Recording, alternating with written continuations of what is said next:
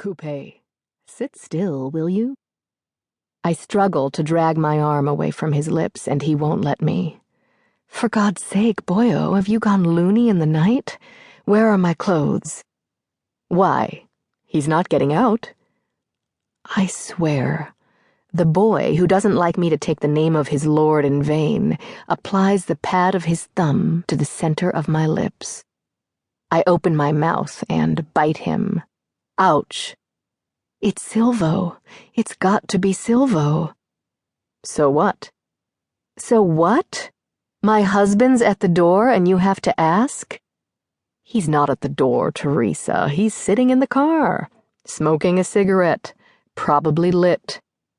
But he's going to come out eventually. Maybe. The boy shrugs. No need to rush him, though. There is little purpose to stirring up the boy when he won't be stirred. His cold nerves kept him alive in France, and I guess they'll keep him alive now. It's Sylvester I'm worried about now. I sink back into the pillows.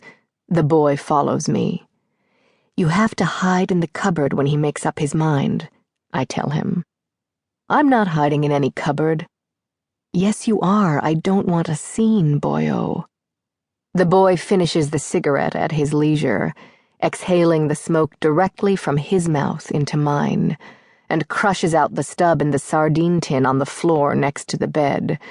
The boy is awfully clever at improvising ashtrays from the raw materials at hand. He knows exactly where the target lies, and his gaze remains on my face throughout this little operation. I think that's one of the little tricks that drew me in all those months ago. His concentration, his refusal to be hurried. There's only one reason your husband's here, he says, and that's because he knows I'm here. So there's no point hiding in cupboards, even if we had a cupboard, and even if I were inclined to hide, which I'm not. Why do you want to make things difficult for me? Why do you make things hard for me?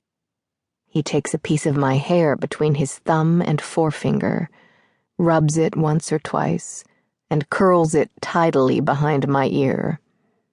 I play by your rules, don't I? I do what you want. Most of the time. All right, then. So let me handle this one. He lowers his head to my neck. I place my 2 hands on his shoulders and push, without much result. How can you kiss me at a time like this? Because I'm your boy, aren't I? You're my baby. Kissing you is what I do after a hard day's work. It's what makes me tick. It's who I am. The boy is built like a reed, or maybe a rope. That's it. Coiled neat and tight into a knot you can't break. If he wants to sit here kissing me, I'm not going to stop him. At least not by force.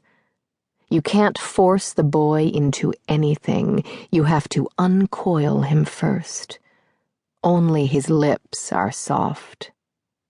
It's who I am, he says. But who are you, boyo? I've been puzzling that for 1.5 years, and I could go on forever at this rate.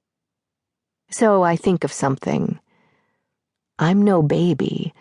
When you're 60, I'll be 82. Well now, here's what I figure.